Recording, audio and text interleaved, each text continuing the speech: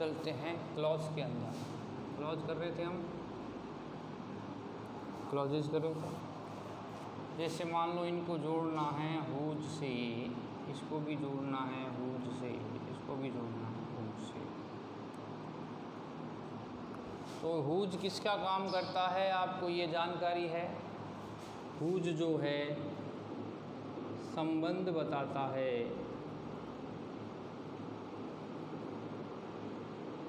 हिस्सा, भाग, अंग, ये सब चीज़ें बताने का काम कौन करता है? हुज करता है। कौन करता है? हुज करता है। संबंध है, हिस्सा है, भाग है, अंग है, ये बताने का काम हुज करता है। ठीक है, हुज में ये ध्यान रखना है, हिज है, हर है, इट्स है आदि, इन सबको क्या कर देते हैं? हटा देते हैं।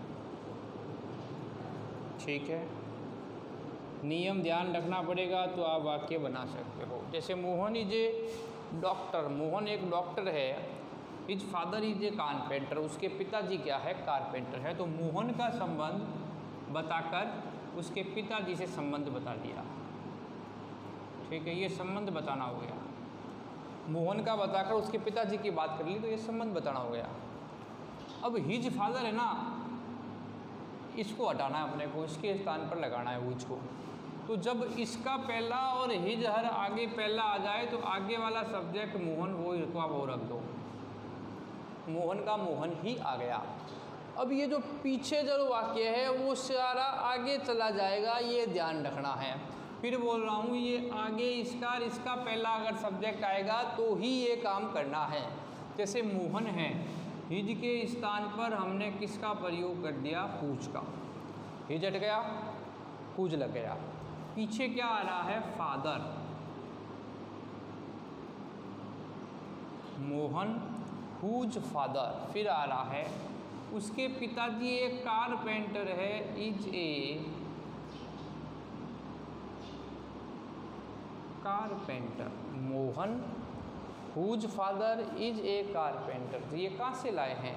यहाँ इस दूसरे वाक्य को उठाकर आगे ले गए, हिज हटाकर उसके स्थान पर क्या लगा दिया? हुज लगा दिया।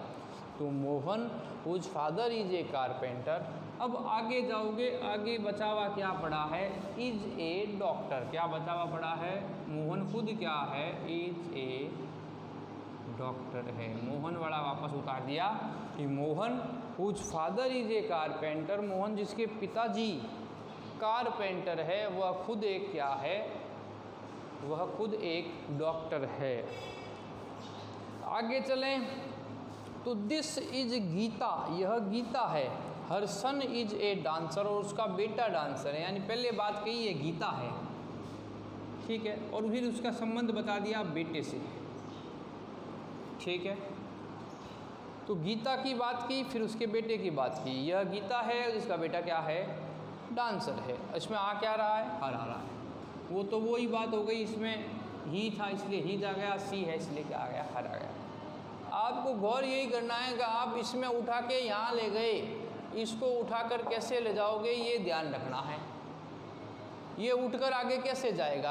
आगे इसलिए नहीं जाएगा ये कि उसमें देखो मोहन था और मोहन से हिज का संबंध था। यहाँ पर दिस है, दिस का कोई काम नहीं है। यहाँ गीता का बेटा है, गीता, और ये पास पास हो गए। देखो यहाँ पर पास पास हो गए ना, तो जब दोनों इसका पीछे वाला हिस्सा आ जाए, ऑब्जेक्ट वाला, इसका सब्जेक्ट बराबर आ जाए, तब इसको क्रम चेंज नहीं कर सकते। हम कैसे करेंगे? This her son is a dancer is Geeta, तो वाक्य नहीं बन रहा है, नहीं बन रहा है। यहाँ से यहाँ नहीं बनेगा, यहाँ से यहाँ बनेगा।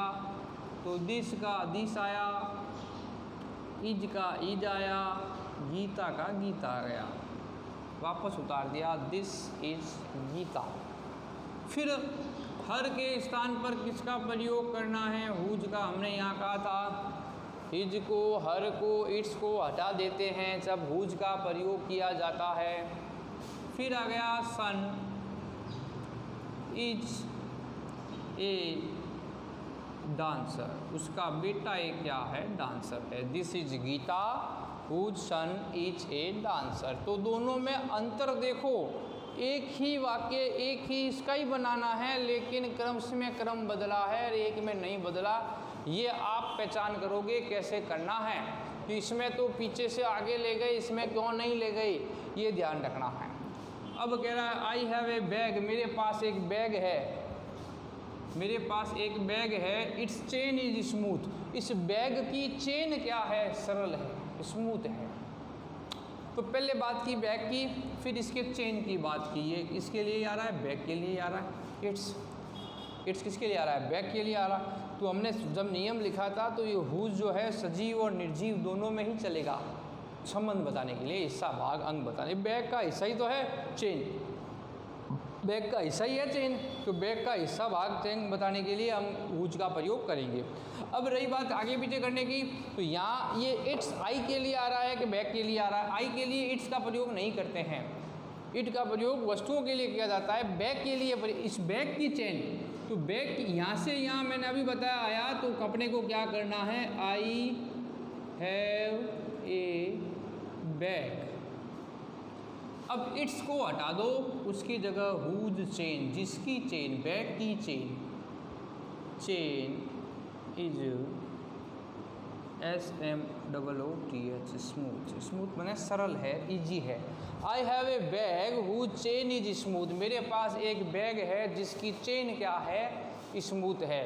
तो इस प्रकार हम हुज के संबंध को बनाना सीखे कि हुज अगर वाक्य में आता है तो क्या क्या चीज़ें हटाई जाती है और कब इसका प्रयोग किया जाता है, कब क्रम को बदलना है, कब क्रम को नहीं बदलना है, इसके बारे में आप जानकारी रखनी आवश्यक है कि दोनों का सब्जेक्ट समान आ रहा है तो ही पीछे वाला वाक्य आगे जाएगा, अन्यथा वहीं जहाँ हर है, इट्स है, हिज है, उसके स्थान पर हम हुज का प्रयोग कर देंगे।